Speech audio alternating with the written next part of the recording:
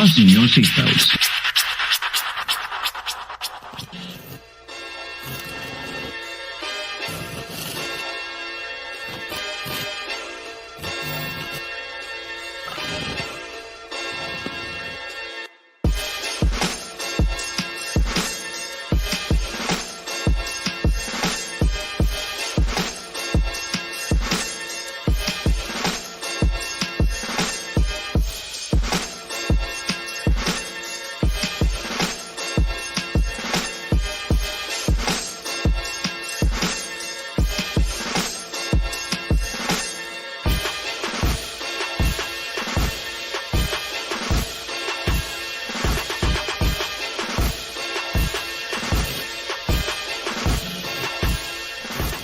I had 11 Olympians and over 800 national champs.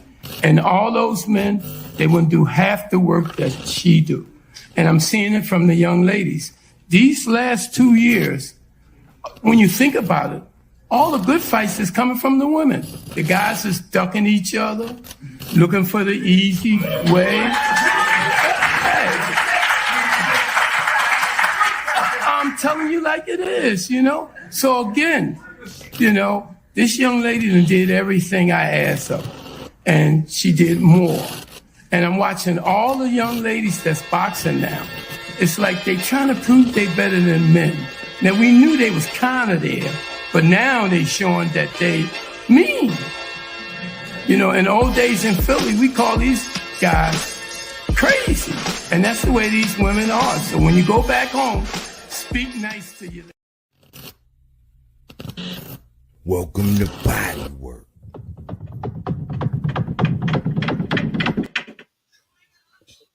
Welcome back. It's Michael Rogers. Welcome to Body Work Boxing. Man, it's an honor and a privilege, man, to have my man King Amin of Essex on here with me today. You know what I'm saying? We always do our dirty work over there on his channel, the championship rounds. I keep doing body work and keep getting me back to the championship rounds. And I just want to salute this man because I could always talk boxing, man. Sometimes we agree to go on subjects where we differ in opinions, and we try to show you how to do this, son. What's going on, King, man? Say your name and, you know what I'm saying, give your plug in and tell the world what you all about, homie. Hey, listen, man, definitely appreciate the introduction, appreciate the opportunity, appreciate the good sparring, man. You know, something about these Northeast streets, man, that make it that we got that good work up and down that turnpike, right? So yeah. I'm here joining my brother Bodywork Boxing. Y'all can find me, King Amin of Essex 1 on Instagram, King Amin on Twitter, and on YouTube, King Amin of Essex 1. We got those championship rounds over there. Really honing in on this craft, man. It's a lot of people out there doing what they do, but ain't nobody doing what we do over here. So body work has added a different wrinkle to my game. So, you know, we can add. I'm giving him the rounds. You know, when you see a fighter, you say, yo, he needs to go more rounds. So body out here been like Jared Anderson. Yeah. You know, they're waiting to see, well, okay, well, now what? Okay. So this is what we doing out here. And I love this joint Boxing Minds, man. We're going to get to it, baby. Yeah, you know the concept over here, you know, when we do Boxing Minds, I say it's Boxing Minds over Boxing Mouths. Because a lot of times we hear a lot of people talk boxing, man, but we never really get to explore their mind, whether it's a difference in opinions or what have you. But we've been cooking on something, and this is probably going to be, we're going to have to probably install this out. Like, we're going to have to do this in segments, man, because it's something that we've been sitting on for a while. We kind of alluded to.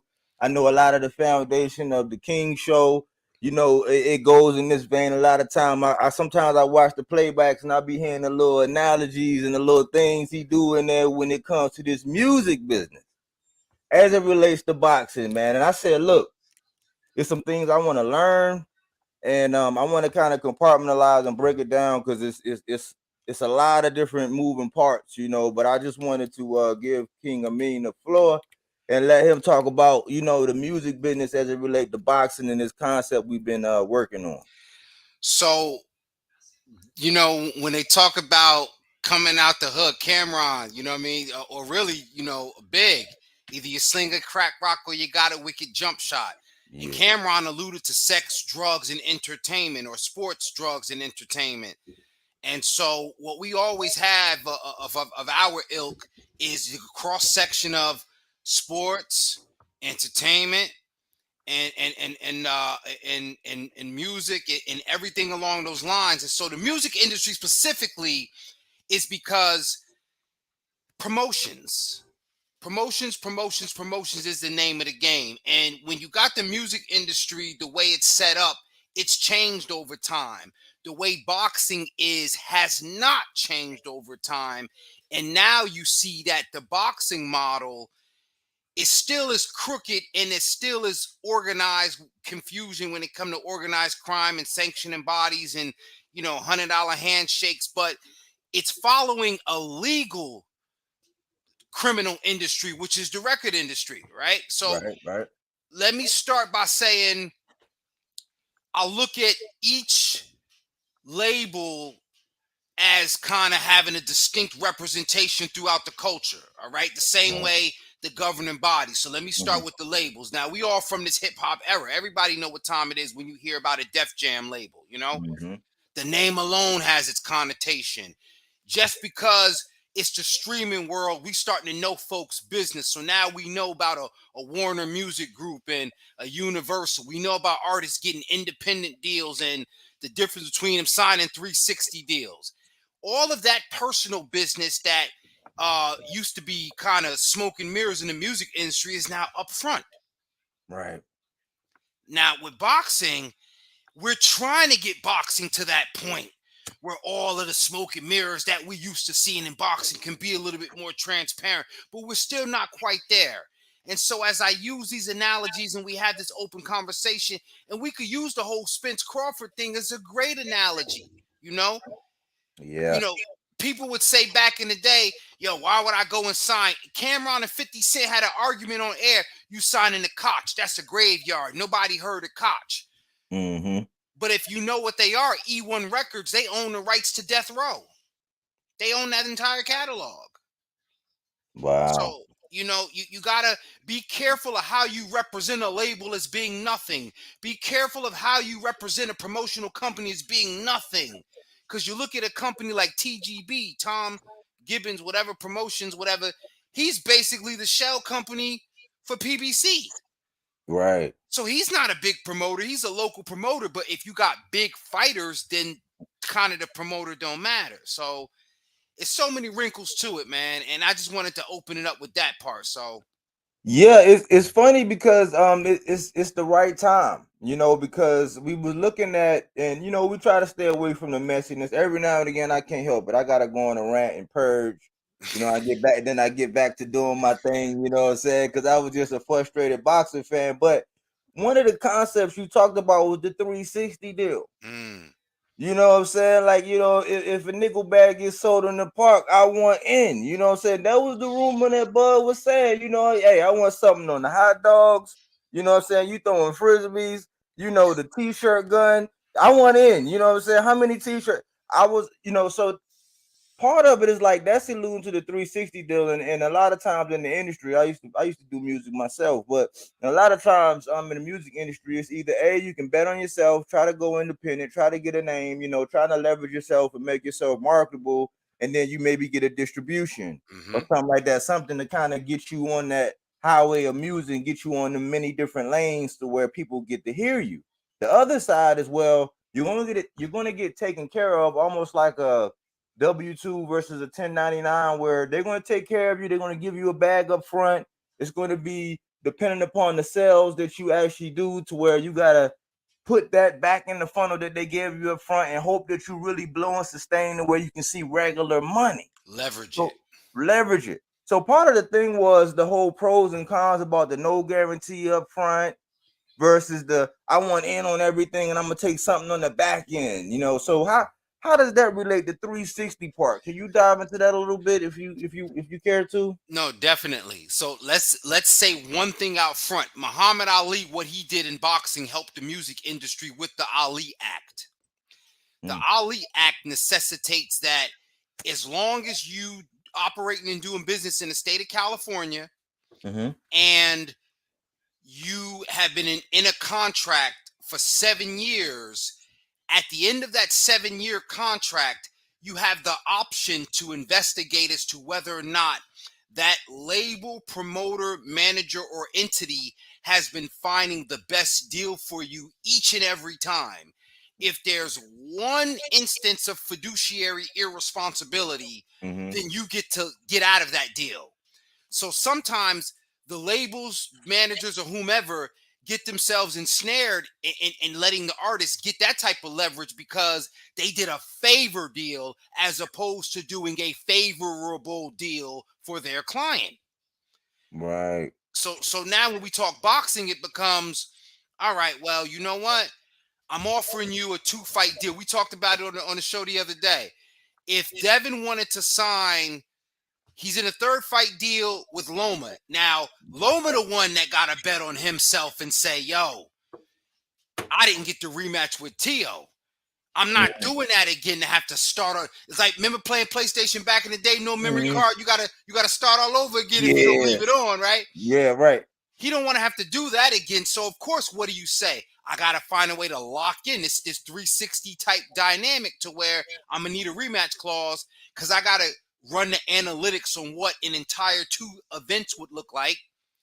And then now we get tricky because if we're talking about a percentage on this 360 or we're talking about an amount. Because if I give you an amount and say, yo, out of this 360 deal, like what Live Nation and Rock Nation do nowadays, they say, look, I'm gonna send you on a tour throughout the Northeast. You can make 3.7 million. If you went and did it on your own and went to all the college cities and try to do it, you probably wouldn't clear 900 grand. Wow. I'm gonna put this tour together. We already ran the analytics. It's 3.7 million. These are the sponsors I got assigned to it. All you got to do is show up, right? Right. But think about now. That seems like okay. They told an artist like Jadakiss he's got 20 dates on the East Coast and he can make 3.7 million. That's a great idea, right? A guaranteed set money. But somebody like Jay-Z, Madonna, Beyonce, Mariah Carey, they're offered a flat fee plus the percentage. Yeah. They'll say, okay, we have to put together this touring package with all these venues, all this merchandise, the recording of your album, the advertising. Jay-Z, we're going to give you $100 million for the 444 album because we got Budweiser behind it. We got it tied into the Made for America festival out in Philly for 3 days. We got Samsung involved in it. We got Justin Timberlake and his label and their budget tied into it. And he's never even signed to a label. This is what he's get because Rock Nation as a company can just run the numbers. And so let's bring it to boxing. I don't want to lose nobody in the weeds. If Bud Crawford says somebody says they got 25 million for me, they ran the analytics. It's hard to dispute whether they have it or they don't have it. But why would that be different from what Jay-Z said when he said, why would I sign to a label? I'm Jay-Z. Why would I sign to Interscope? Why would I sign to Def Jam? All I got to do is take the project that I have, the commodity that I am, and take it and get money from it. Bud is saying the commodity that I believe I am. Now, never mind. I'm preface it by saying this is the biggest fight in almost in a welterweight history since Hearns and since Leonard Hagler. But the business model necessitates I'm such a commodity. Either I'm gonna take the 25 million that they ran the analytics on that I was offered, or I'm gonna take this 10 million that I was offered. But I just can't see saying, well, just fall back because trust me, the 25% we was going to offer you could have been 25% of $1 billion, or it could be 25% of $1 million, or it could be 25% of 10 million. But you're going to take a percentage. And that's the 360 type packaging that I believe Bud Crawford, because when you're in a 360 deal, it don't matter what you do. You could piss in a bowl of rice in China. The label get a cut of that. You know what I'm saying? Yeah. Yeah. Okay. So look, I recall when Cardi B blew up, right?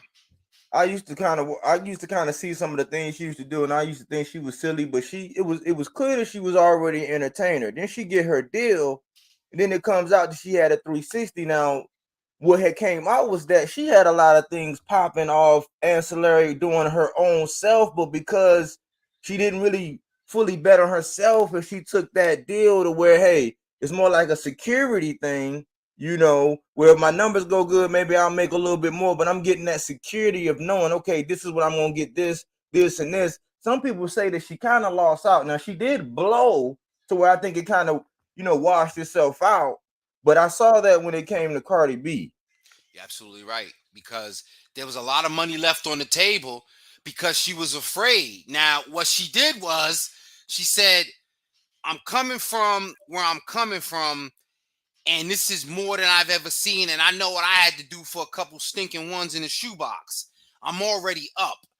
So I think it was being nervous, right? But I think at the same time, she did the best thing she could do because she took what was there. And for her, with the climate, it was no guarantee. Now, we knew she was a star, but maybe some of those numbers scared her in the opposite direction. And they said, well, you know, if they put a lot of ifs and made it seem like them ifs wasn't possible, you know? I guess even a better situation. Let's look at somebody like Boosie. Lil Boosie is the Boosie. kind of person. Boosie could take a 360 from Atlantic because he's already built. And when he sit Right. down for his 360 is, y'all can take a piece out of all the shit I got going, but y'all percentage is more like 35 or 30 or Yeah. 25 because I was built how I was built. On my own, I was getting 10 grand for a walkthrough. With y'all, I get 30 now. On my own, my highest, I was getting 75,000. But now that I'm with Atlantic, I get 100,000, 150,000. Yeah, and that makes sense. And shout out to Mr. Hairdo. Peace and love to you, brother. Stopping in, showing live from Just Do Boxing Family. Salute, salute. Thanks for the love. Thanks for the appreciation.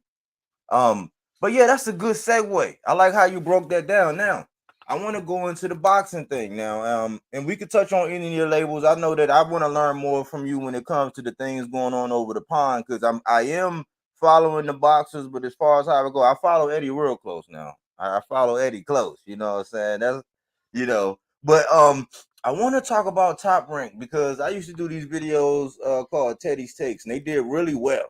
You know what I'm saying? They did really well. And one of the things that he actually said was that Top Rank was the perfect, basically, starter kit, build a star. Because this was the time when Muhammad Ali's grandson came out, Nico Ali Walsh, and everybody was talking about, well, you know, why is he garnering this attention and this and this and this, and they were matchmaking him right, and he came out and he looked like he could actually, you know, do the deal, and then people said, okay, well, let's give him room to grow.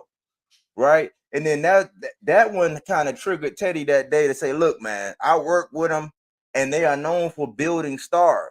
And we see it in history where they might be appropriate, like for in the music. Sometimes you need that company that's going to, like, you know, you might not get the best and maybe they might not give you as much as you're truly worth, but they're going to give you that guarantee. They're going to build you up. They're going to gauge how your numbers did. And then they're gonna say, okay, where do we go from here? Or maybe you can say, all right, I'm gonna give you 3 albums and then I'm out, or I gotta give you 4 and I'm out, you know. But what do you know about Top Rank and in the In the I scheme guess of the things, assumption that they're the like starter pack. you know something? I would agree with that 100%. And to give people a context, they're like the Interscope Records. Number one, Top Rank, they service any kind of fighter. They service the blue chip fighter, Mm-hmm. you know, as far as Olympian. They service the blue collar fighter with the background if they need to create a story about you. All right. Mm-hmm. They service even the European market with their affiliations with Sky Sports, right? So then they have those tentacles, right? Mm-hmm. And when you look at Interscope Records, Interscope still services Maroon 5 and Dr. Dre and Kendrick Lamar and 50 Cent and Eminem, still servicing not only those older artists, but the audience that cater to those older artists, right? Right, right. But then they also have the young artists like a Chief Keef, okay? Mm-hmm. They also have the Roddy Riches, you know, and different guys where they cater to the streaming or the newer generation. So you're right. Whatever you need as a fighter, Top Rank can package you. They can present you. They can promote you. I remember Bob Arum saying about Michaela Mayer. He paid her 200 grand for the Hamadou's fight, and the Wow. gate didn't even make 15,000. That's But look at what he marketed her to the point of, and she's right. still marketable. Right. Do you understand? Like, so yes, Interscope and Top Rank, I would compare the two. They're strong labels and the exposure, tentacles. Interscope beats Apple Music, that kind of, right? ESPN, ESPN Mhm. Plus, Sky Sports. They play around with BT Sports as well. Those are two different UK channels, sports channels, that they have relationships where they might do deals either with the promotional companies that rock out. So if they'll do something with BT Sports that does something with Frank Warren, how you think they got Tyson Fury? Yeah. I So like look that. I like that analogy with the tentacles. That's at, very good, man. Very clever, my friend. But yeah, let me ask you something, right? uh-huh. So we talked about the pros of the building, right? Mm-hmm. But then we got the situation where, I don't know if you remember this, and I'm sure you do. Remember when it was a time when Benny Siegel he kind of had fell back. He said he was coming back. He came back and he actually kicked Jay Ball over the fence. I'm not gonna lie. He came back with a vicious single, and it was like, dang, that was like the second person that was the first person other than Nas that I actually heard rip Jay. Yeah. Respectfully, you know what I'm saying? But he said, look, he said, I went to UJ. I said, I've been talking to 50. He said he want to work with me. I'm like, man, that would have been gangster if 50 would have got with Beans. I'm like, man, because I was a big Beans fan. And when Absolutely. 50 first came out, he put a dent in the game. You spoke to it, you know what I'm saying, with the Shadeja Green. You know what I'm saying? The Jay-Z analogy the other day. I picked up on that, right? Had to chew on a little bit. And I was thinking that time when he said, man, I talked to Jay, man. He said he sat in that hour with that tennis ball and bounced that tennis ball for like an hour and never got back to him. He was hot. The reason why I bring that up is because there was a time when Beans could have actually went and made a deal with 50 and he could have reinvigorated his career.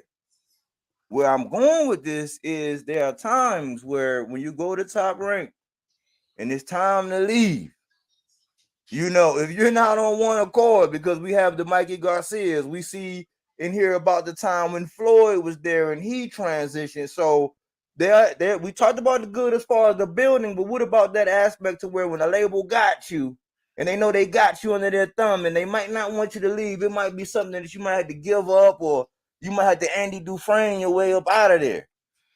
You made an interesting point, and we're going to stick with the Interscope analogy, and we also going to stick with 50 Cent. Because remember, we still been waiting for that Street King Immortal album on Interscope from 50 Cent. It'll never come out. They tried to muddy him, okay? 50 Cent ended up being owed $24 million by Interscope Records, which is why they tried to overbill him for the Adam Levine and Eminem single. Which is Wow. why, some might even believe they tried to jam him up with that car accident on the highway. They was trying to get him up out of here because they didn't want to pay that man $24 million when they did that forensic audit. Wow. They're going to dirty you up before you leave. They're going to try to shelf you. You know what I'm saying? They're going Like to try Mikey. to... Didn't Like Mikey sat on the shelf? How long did Mikey sit on the shelf? You remember? 18, 14 months? I think 14 months. Hey. Yeah. Yeah. They're going to shelf you. You know what I'm saying? Listen, I got another guy, if you into hip hop, Bishop Lamont. He was up under Dr. Dre. He had a mixtape called The Reformation, featured Busta Rhymes. Bishop Lamont was Kendrick Lamar before Bishop Lamont. Wow. But Bishop Lamont said, and the name even said, the fact that he used his name like that, Bishop Lamont, Kendrick Lamar, a lyrical cat from Carson. You got a lyrical cat from Compton. Wow. Building cats. Interscope can build a cat if they want to. Now they building Baby Keem, right? Wow. Top Rank claim to fame is who they never even really built. The same way Interscope claim to fame is who they never really built. Interscope built their backs off of Death Row. They got that off of a side deal because Warner Brothers didn't want to touch him. It was accidental, okay? Bob Arum was the only one that could help Don King because ain't nobody want to deal with Don King. You know what I'm saying? Yeah. If you can't be used, you're useless. So Bob Arum inserted himself in the Thriller and Manila deal as an attorney, and that's how he got his claim to fame in the boxing world, point blank, period. So in the same way Jimmy Iovine made his name in the industry off of the back of Death Row and Suge Knight and all the tragedy that ensued, Bob Arum made his name off of Muhammad Ali and also contributed to the tragedy that ensued in Muhammad Ali's career late in that part. Now, granted, one person may say, well, he helped him because he gave him fights late in his career.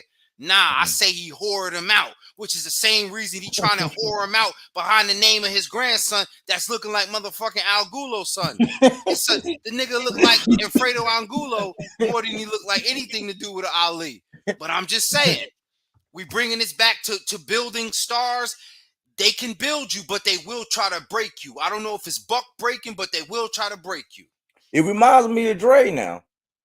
It reminds you of Dre now because there's a lot of people that go over there and get lost in the weeds. But when you look at that one hitter, when you look at Snoop coming out under Dre, when you looking at Eminem coming out under Dre, 50 coming out under Dre, The Game coming out under Dre, that first, all of those are like lethal injections in the game. Those first projects are epic. Yeah. Almost second to none when you come out the gate. Now, there are some people that come over, like I heard Eve had came over there, Rakim had went over there. Buster. It got lost in the weeds. They got lost in the weeds. Yep, Buster. I mean, it was some real serious things that was going on as far as, you know, with Dre. Now, if he worked with you and he vibing, because I heard he's a perfectionist, if he vibing with you and you with him and you understand him and you conform to what he's doing, a la Bob, you conform to the game plan, he's gonna make you hot. Yes. But if you get a line, you know how they say if you miss a step today, you're gonna be frying fish tomorrow. You know what I'm saying? I heard that's how it was with Dre. So I thought that was, you know, I thought that was interesting, man. Some of those analogies, man, and how, you know, you can get trapped on a label or you can get trapped on a label in boxing as well. Well, let's look at that. Let's segue over to PBC because I feel like PBC is Def Jam. The name Al Heyman, or if you reference Al Heyman in a Russell Simmons type capacity. And let's give a little bit of backstory on Al Heyman. People might not know Al Heyman made his bones as a promoter. His claim to fame was the Fresh Fest in 1987. He was one of the first promoters to bring a national hip hop tour in history, because nobody believed that hip hop could be on tour. I believe he had Houdini on that tour, Big Daddy Kane. He had Budweiser, which at the time was obviously a major sponsor. So to put alcohol with an urban sponsor, to give it that, you know, and bring them around the United States, Al Heyman used that model of, yo, I can make it hot. I can make it hot. Now that's the problem with PBC. Because all the fighters gotta make themselves hot. It's not set up for the matches to be made where it's good matchmaking. Eventually they gotta meet. You know, one guy might be sacrificed against the other. It ain't like that over there. It ain't like that at Def Jam. Just because you on Def Jam, just because Uncle Russ is over there, you gonna release a good album and have all these guys on your project. Your project could go to shit just because. So the name no longer means anything, you know? So, you know, Al Heyman is like Russell Simmons, a figurehead. Matter of fact, he like Lady Eloise and Boomerang and shit. You know what I'm saying? so maybe to a certain extent, if because I've seen this happen. What's his name? Elvis Rodriguez. He's one of the guys that got dropped from. He got dropped on one of them, you know, said win or go homes. You know, he slipped up. He went over to PBC because it is a popular theory that unless you get on and you make yourself hot, that they are the kind of company where if you have experience elsewhere and you kind of got some kind of numbers to support and you kind of, you know, made it to where you can survive and your record is pretty decent, you know what I'm saying, where you can kind of like garner a little bit of attention. They say that as a secondary company or after you already got your foundation, a la Top Rank, that PBC is a good place to go. Would you say that? Honestly, I think the way the game is going, and look at what Bud did, and I'm not saying that Black Prime is going to be the place, but I think, like we said, the boxing might get like the music industry, where so long as you don't have, you know, people like Triller coming in and messing up the game. You might have legitimate people that say, yo, it don't matter if it's Koch Records. If you want me to distribute this album and you want to put your music out there and you got a fan base, bet on yourself and trust us. So I think there's going to be a point to where fighters can say, listen, I made a fan. I did something for myself fighting in New York, fighting in Florida, fighting in Texas. I don't want to have to be tied up getting somebody put on my contract so they could take a percentage because they cool with the hot dog man and they got to add up all these percentages so I could get a good piece of it. I could cut all these fucking pieces out and stop worrying about how many people or how fat I got to make the pie so my percentage is palatable. So let me ask you this: since they're pretty much known to make some of the biggest blockbuster deals with Floyd and Conor McGregor, and you had the Canelo Undisputed, I mean, they were going to be in charge of this deal had it went through with Bud and Spence.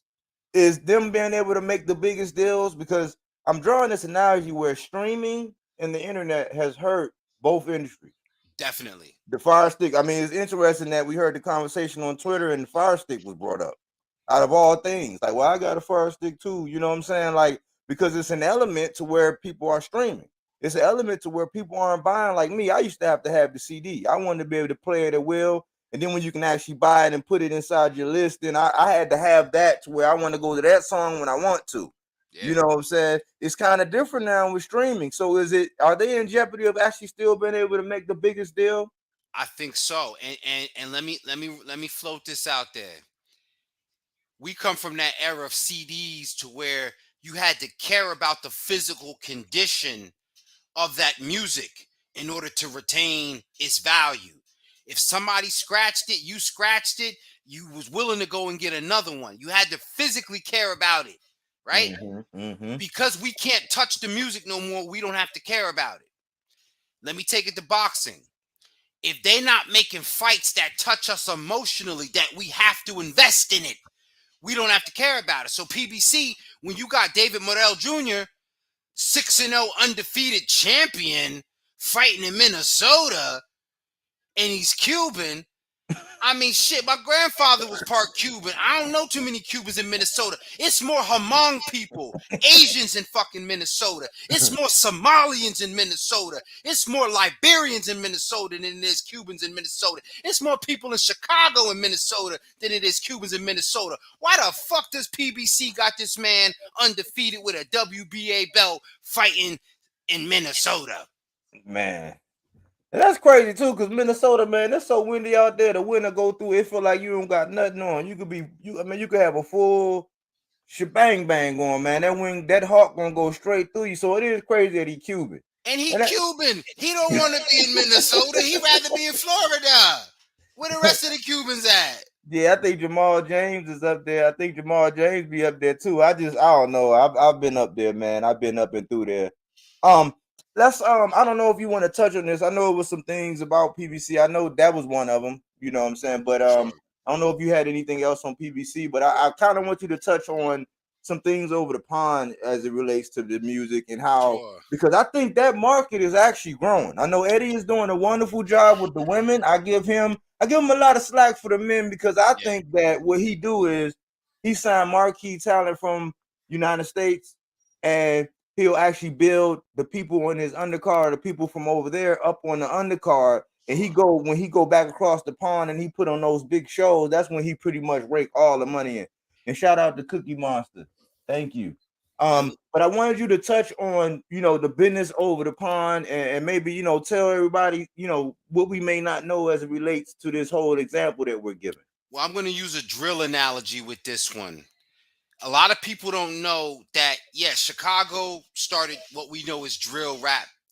But when it come to New York drill, Brooklyn drill, Pop Smoke's producers was from London. They was from the UK. So London, the UK sound. I'll even take it back a step further. One of my favorite artists over the last 10 years has been Giggs. I've been listening to this guy since Walk in the Park. All my UK people want to know exactly what I'm talking about. Since Giggs and Dubs mixtapes, right?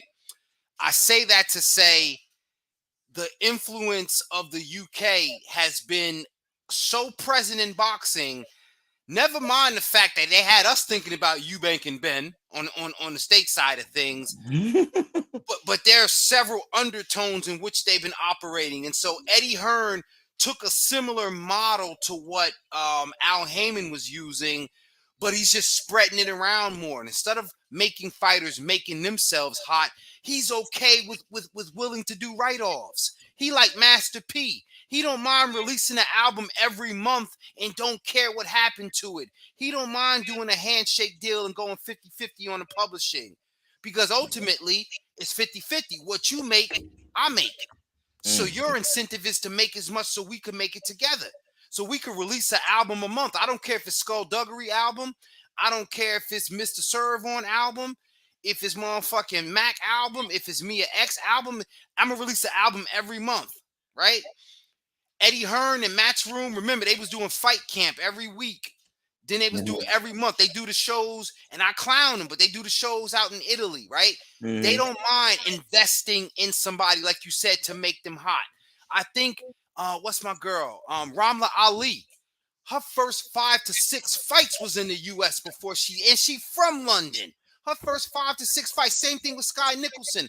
First 5 to 6 fights, they were fighting on the undercards of DAZN, De La Hoya, and Virgil Ortiz joints. You know what I'm saying? So their model is more like a streaming platform than it is a traditional label, because their thing is the back end. We want the marketing to get people to come and see you in these venues. We don't care about, the streaming. That's why they don't care about the numbers. And we want the venue. They want the venue. They want events. So that's how Live Nation is. Rock Nation, by the way, which is a subsidiary of Live Nation. DAZN operates off of the event model, not the views and pay-per-view and necessarily the content. They operate off of the event model. Now, the back end, their business end, is selling the rights, because that's what the whole DAZN platform is based on. They selling the rights to soccer, selling the rights to cricket. So of course they would love to sell the rights to boxing, but as far as even still looking at it business wise, we'll take a loss as we build the boxing platform, because we're making a shitload of money off of rights that people wasn't getting. Who the fuck had the rights to cricket anyway? Who the fuck had the rights to snooker? Right. So that excess money that they had, that they're willing to invest and make, especially the women's game, that much better with boxing. So I love what Eddie Hearn's doing. Yeah. What I was thinking about, man, I'm having a brain fart with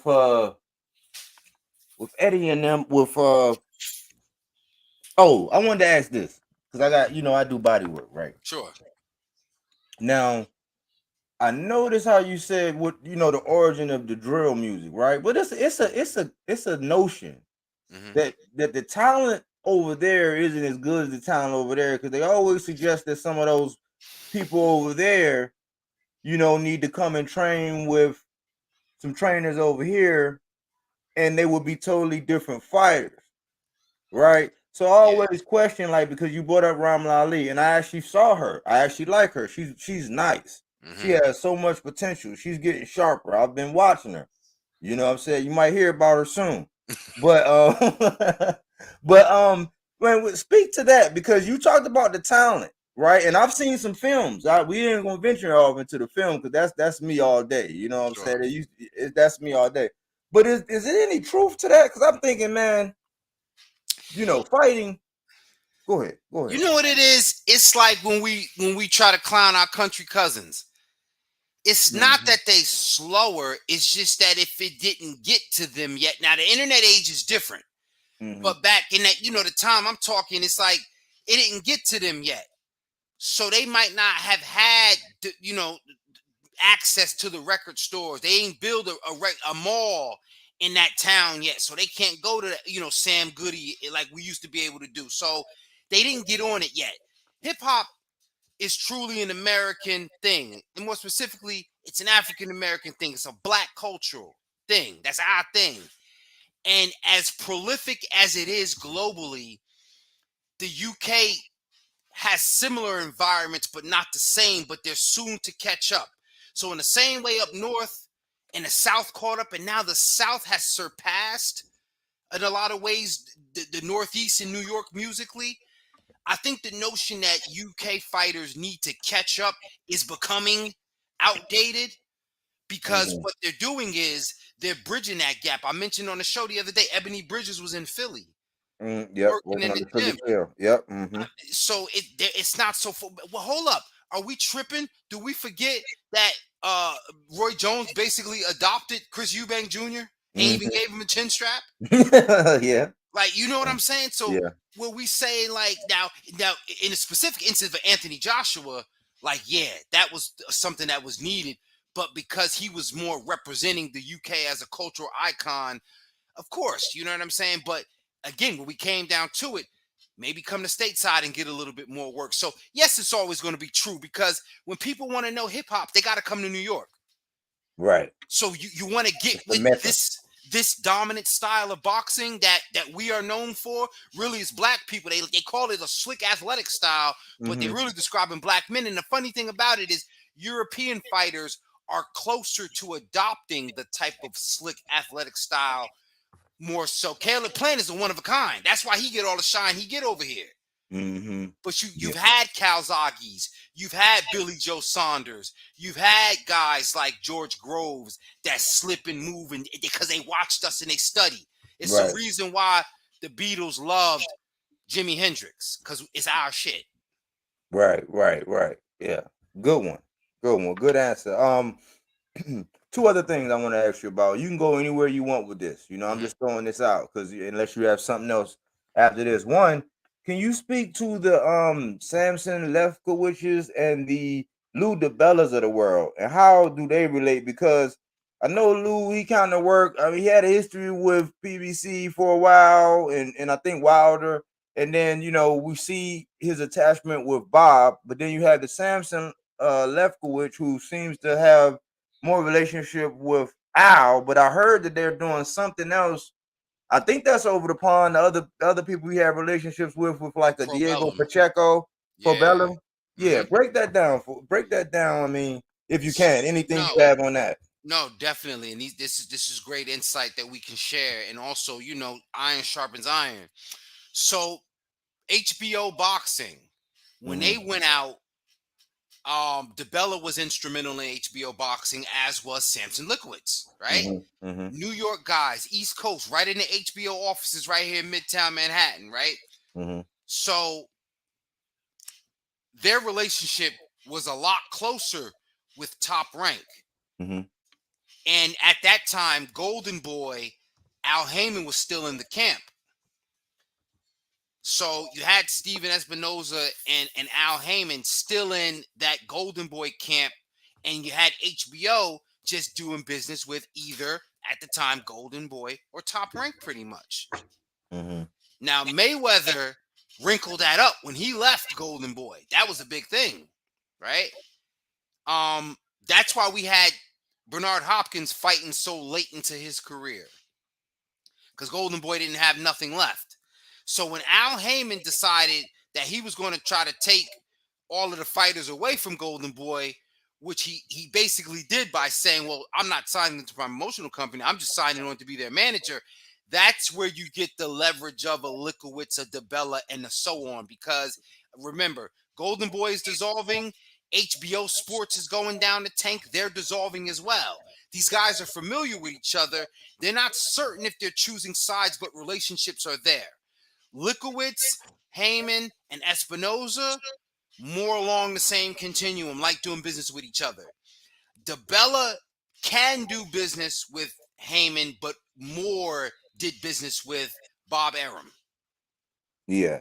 That money got to be right. That money got it just got to be a no brainer, and it just got to all just be like, if we don't do this, we're dumb. Like for that kind of like to happen a little bit, right? And Or I think with DeBella, he tried to open up and see some of the newer business models, but he just felt comfortable operating the old school way. So he sees the way that Bob does things like numbers, money, and it's transparent because you know that if I have the leverage, then I got the leverage. right. It's not trying to, fake empowerment or give you the perception that you're empowered. Because remember, If somebody says, yo, you a fighter, you control your own destiny, you got your own promotional company, and you negotiate it, and you get 70%, but Mm-hmm. 70% of 5 million, is probably not as beneficial as somebody just telling you, like, yo, this is what you're getting, and you know where you stand. And if you got a promotional company, the promotional company gets a percentage now. So you get your flat fee plus a percentage. Not the whole thing is a percentage, it's too new for some people to gather. And so you have some guys that are operating by that. You got the Likowitzes and somebody, the Bellas is more old school. I'd rather do strict numbers, guarantees like that. And then you have some of the guys like the TGB promotions. It's like, yeah, you know what?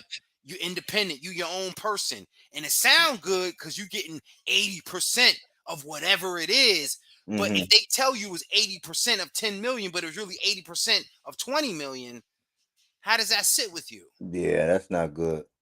And I think we get that a lot on the back end as people get more educated about the business and people, people start talking and you got people leaking information and it's always accessible. So I think we're starting to see more of that where in hindsight, people are like, wow, I got robbed.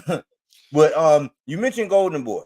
Hmm. And if this will be the last thing for me and I'll let you have whatever else you got. But this past couple episodes, Golden Boy was coming up. Golden Boy kept coming up, and right, because we were talking about Mongia. We was like, well, why Mongia and Charlo didn't happen, right? And I was analyzing it, because I rock hard for Charlo. I know he get a hard time. We gave him a reprieve because of the personal issues. We hoping, we sending positive vibes for him. But we was wondering, okay, because everybody was crying about him not having a name, and I'm like, well, if the face of boxing won't fight you, it's the history with Android. Plant had just came off the loss, so he's gonna look for a comeback. It was all these things. So we was like, okay, well, why that fight didn't happen? Golden Boy was a common denominator, right? Then we was thinking about Virgil, you know what I'm saying? Like Virgil and what happened with Bud. And I'm like, okay, cool. But it seems like when it comes Tank, how can I forget? This is the big one. Tank and Ryan and this do-si-do thing, to where it's like, are y'all just gonna do it? You know what I'm saying? Are y'all gonna dance? But I always see, and you can educate me, you know what I'm saying? You can enlighten me. But I always point the finger at Oscar because he's kind of tricky. Now I know, I don't know the whole history about how he was able to rebuild. I don't know if you want to touch on that, but it seems to me that he has he kind of has some leverage, and I think that what he does is he actually communicates and has his fighter call out and attach themselves to a name.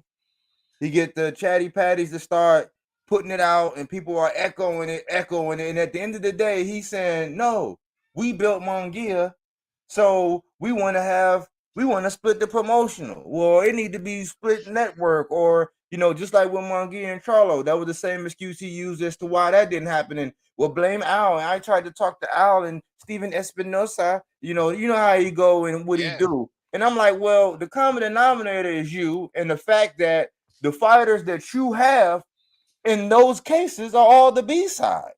Mm.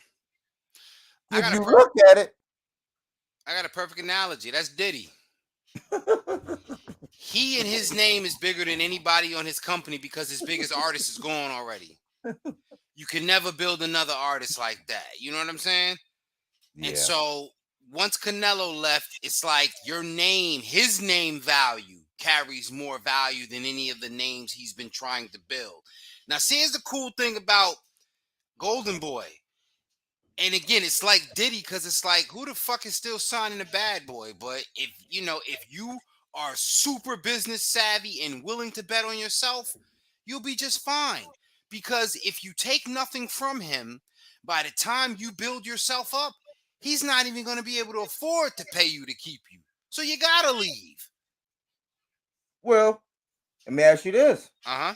We gotta do some more body work because he had a young man named Speedy Rashidi Ellis, Mm-hmm. and for years people were saying what happened, and he had Alexis Rojas, but it looks like he kind of changed his model a little bit to cater to a certain Demographic. demographic. Yeah. I mean, what can you say about that? Because How did Speedy Rashidi get set up on the shelf? You know, he had history with sparring with Canelo out there in San Diego. You know, he was known as having some of the fastest hands. Everybody say that he has superb skill. Even though he hasn't been as active, his name still come up there with it might be in the afterthought, but in the conversation of the 147, people will say, "Oh, don't forget Speedy," or "I would love to see Speedy in boots," or "Speedy and Virgil," or so. Speak to that aspect as far as Golden Boy, and then you can have the floor to just close it up with whatever you want. Man, terrible how they did him, right? But look how many artists got lost over on Bad Boy, and look who came up. Like, so again, somebody unscrupulous like French Montana can go through Bad Boy and eat Mm-hmm. because he's snaking a snake. Mm-hmm. But if you actually go there with good intention and you trying to like be an artist, that's not the place for you to try to go and be an artist and create. Jadakiss just said the other day he hated writing because he knew he wasn't going to get shit for what he was writing for that man. He just knew. He knew it was to help make him hot and to build his equity, like so people knew that he was writing for Diddy, but he knew he wasn't going to get shit for it. People know you on Golden Boy. They know you're a great welterweight, but they know, yo, I said it in one of my bars. I said, yo, Oscar ain't doing nothing but for Mexicans on Golden Boy. And that's Yeah. just the truth. You know what I'm saying? So, like, you want your album to come out. Why you sign with Diddy or Dre? You a black fighter. Why would you sign with Golden Boy?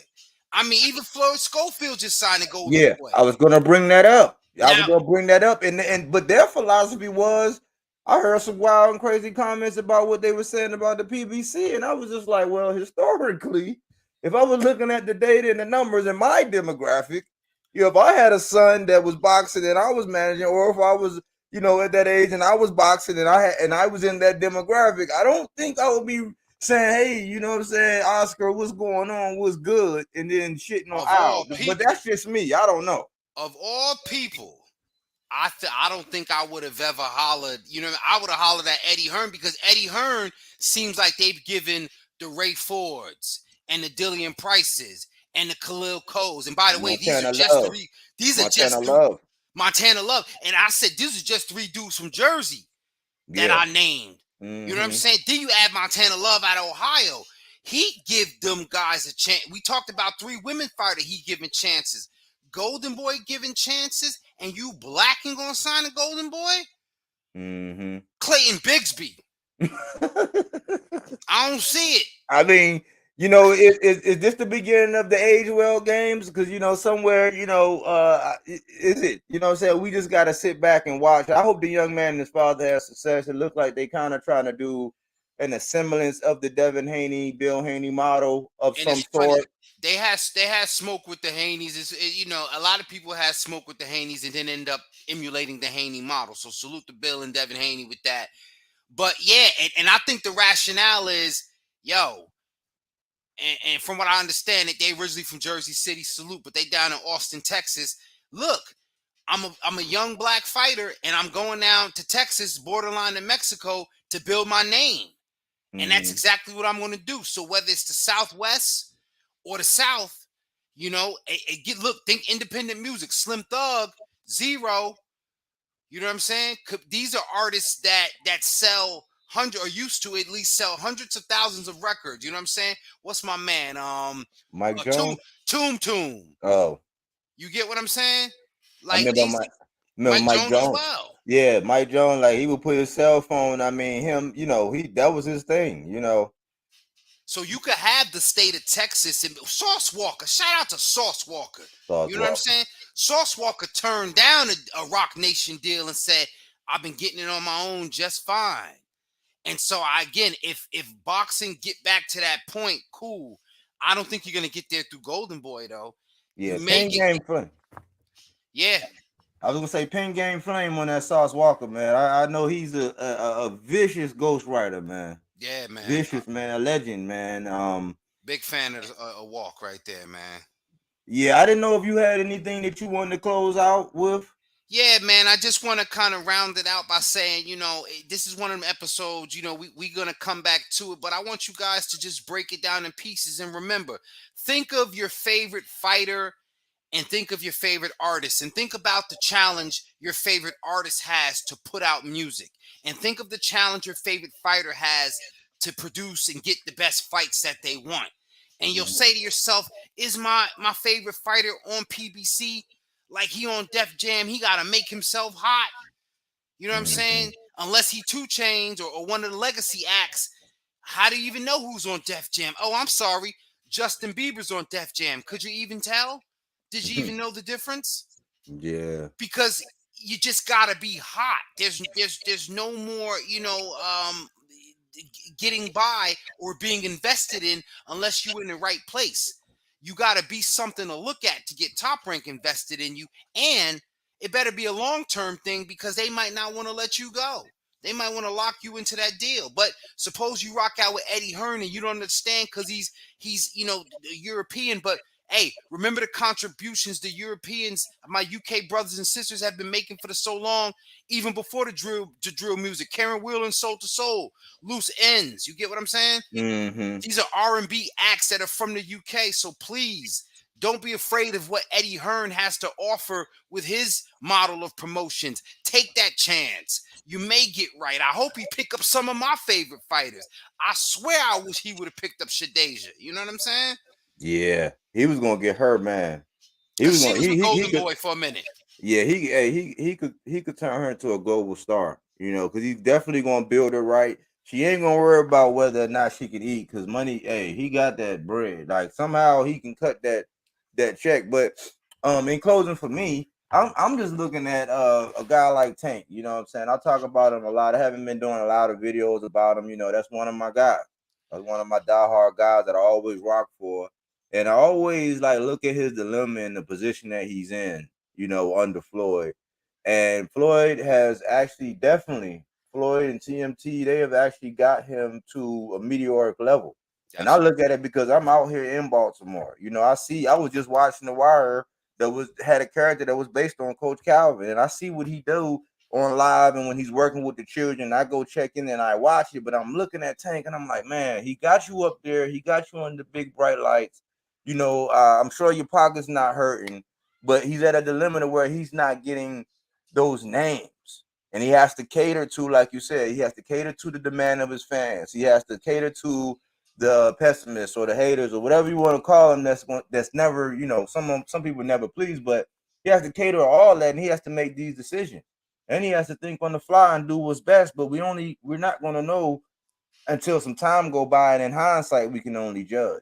So those are the things that I consider when I judge, okay, why this move is being made, why that move is being made. And I think that the way you approach it, the way I approach it, you can have some good dialogue and kind of figure things out, you know what I'm saying, besides just shitting on people and all that. Because we always try to understand all the moving parts. We consider the business, we consider the time, or where this boxer is in their career. When we had these conversations, we don't just openly just shit on boxers, you know what I'm saying? So I think that was good advice that you gave, King. Yeah, man, and just to touch on the idea of Tank, Tank is one of this era's greats, no matter what you think about him. So think NBA YoungBoy, and I'd like to specifically think Kodak Black. I've recently become a fan of Kodak Black because before, when I was misreading him by the nonsense and saying, he out in the streets, he's a knucklehead, man, I done fucking heard Kodak rapidy rap, as they say. Kodak can rapidy rap. He's a student of hip hop. The boy is fucking mean. Let me throw in two other names that's in that same category, right? If you ever heard of Sci the Prince and you heard of Dave East, if Yeah, you heard of of course. Dave East and Sci the Prince, before they came out, they showed me that hip hop, rap, actually being able to put together words, being wordsmith, because I used to do the same thing when I rap and put it together. Sometimes that bug still be, biting me, but those guys were the perfect example of before they got on, they displayed a talent that made people say, you know what, I'm gonna get you. Made Nas say, all right, I'm gonna get you. Made Ye say, all right, I'm gonna get you, right? But then when they came out and the music and everything that they presented, it had to cater to a certain market. And I was like, oh, what happened? But guess what happened? They became successful long enough to where their origins are starting to come out, and you see all that mixed together, like these boxers when they come into what they call their prime, Yeah. where their physical prowess and their mental stability and their growth line with each other, and they become very marketable, and they're on the top of their game. So those are just two names that came up, since we're doing this music thing. But look, we're gonna dive in more deeply in some of these in these labels, in these music, and we're gonna keep this going, man. I appreciate you having me. Because You the want to next go ahead and give your episode, plug? real quick, the next Go ahead. episode, the way we could probably spin it, and I want you guys to make sure you tune in. We're gonna take a few of your favorite fighters and a few of our favorite fighters and kind of position them as to what artists are they in the label situation and play a little bit of mix and match, if you will. So I want you guys to tune into that next episode, man. I didn't mean to cut you off. No, you good, man. You good. But did you want to plug your channel? Let them know how to reach you and what what you do. For sure, man. King I Mean Invest 61 on Instagram, King I Mean 1 on Twitter. Also, be sure to if you want to reach me, hit me on the inbox. I'm very accessible, man. I ain't out here in fairy tale land. I'm out here, you know what I'm saying? Like my feet touch the ground, man. I'm not too high above anyone's opinion or any sort of idea. Rap with me. You gotta talk about boxing. You want to have a healthy exchange. I'm with it, man. Just don't come across miseducated, because should we find ourselves in that embroilment, we're gonna have to educate each other, And I love what you're doing, brother. I love being, free flowing right here. This is like, you know what I'm saying? It's like when you get to take the tie off and take your suit jacket off. Yeah. And, you know what I'm saying? This is a little more. Yeah, it's always a pleasure, man. And I like what you do on your show, man. If you haven't went over there and checked out the championship rounds, check it out, man. He has a lot of different people that he interviews. They always have good dialogue. Sometimes some conversations, I hear about some conversations, and I get knowledge from some of the guests that he has on there. And it's a good show. And like he said, man, you can get some good sparring, because we don't agree on everything. And that's why I say I like actually talking to him, because we know that we don't agree on everything sometimes, but we work it out. You know what I'm saying? We get that good sparring, and we keep making it to the championship round. So again, you can catch me on Bodywork Boxing 24/7 at Gmail, and of course here on YouTube, and then Mr. _Bodywork Boxing on the gram. So that's it for today, King. I hope you have a good evening, man. It was good chopping up with you. Always, brother. Always. Thanks for having me. And listen, how you say it? It's boxing minds over boxing mouths. There we go. I gotta remember that. And y'all remember that too, because that's what it's about. Get your mind right before you come back. Get your mind right and get it on your sleeve. You dig? Salute, champ. Peace. Welcome to Bodywork.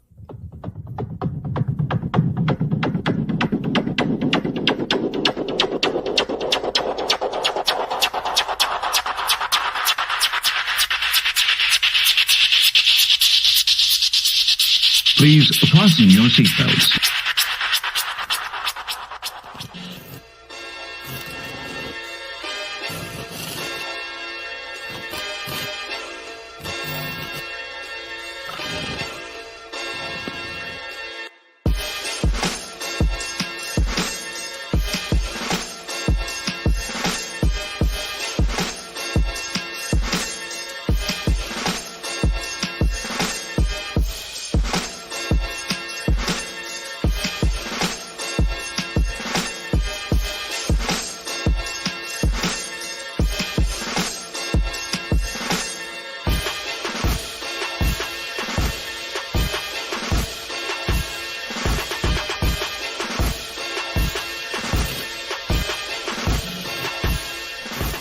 I had 11 Olympians and over 800 national champs.